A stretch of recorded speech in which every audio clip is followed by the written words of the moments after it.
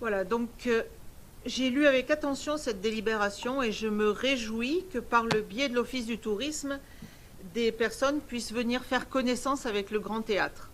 Il est vrai que le nombre de spectateurs que les spectacles accueillent aujourd'hui est plus que réduit. Je reprends vos chiffres de 2018 pour le Grand Théâtre, 14 050 spectateurs pour 40 levées de rideau, ce qui fait en moyenne 70% de remplissage par représentation. On pourrait dire 70%, c'est plutôt bien, je vous l'accorde. Mais si je repars sur les mêmes bases, je vous rappelle qu'au cours de la saison 2002-2003, le Grand Théâtre accueillait 53 797 spectateurs.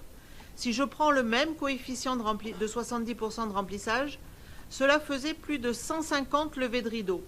Je ne parlerai pas des 61 350 spectateurs de la saison 2000-2001, avant la fermeture du deuxième balcon, pour des raisons de sécurité.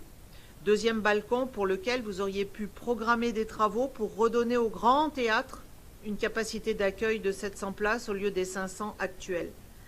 Ceci dit, comme vous n'arrivez même pas à remplir les 500, pour vous, cela n'aurait aucun intérêt.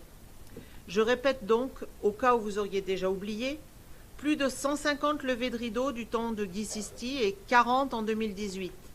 Nous n'avons pas le nombre de levées de rideau depuis. Par contre, nous avons le nombre de spectateurs du Grand Théâtre. 53 797 en 2002-2003, 14 050 en 2018 et 4 774 en 2022. On pourrait en rire si ce n'était pas si triste pour la culture grenobloise.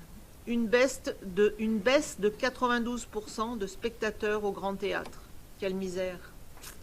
Au moins, les visites organisées par l'Office du tourisme empêcheront peut-être les araignées de s'y installer.